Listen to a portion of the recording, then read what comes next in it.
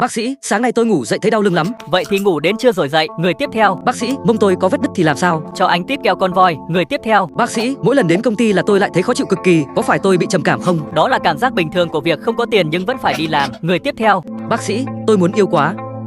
Yêu với đương, xem vài tập hồ sơ phá án cho tỉnh táo lại đi. Khoan đã, tôi còn rất thích tiêu tiền cho đàn ông nữa. Nặng vậy cơ à? Đây là địa chỉ nhà tôi, đến tôi chữa tận tay cho.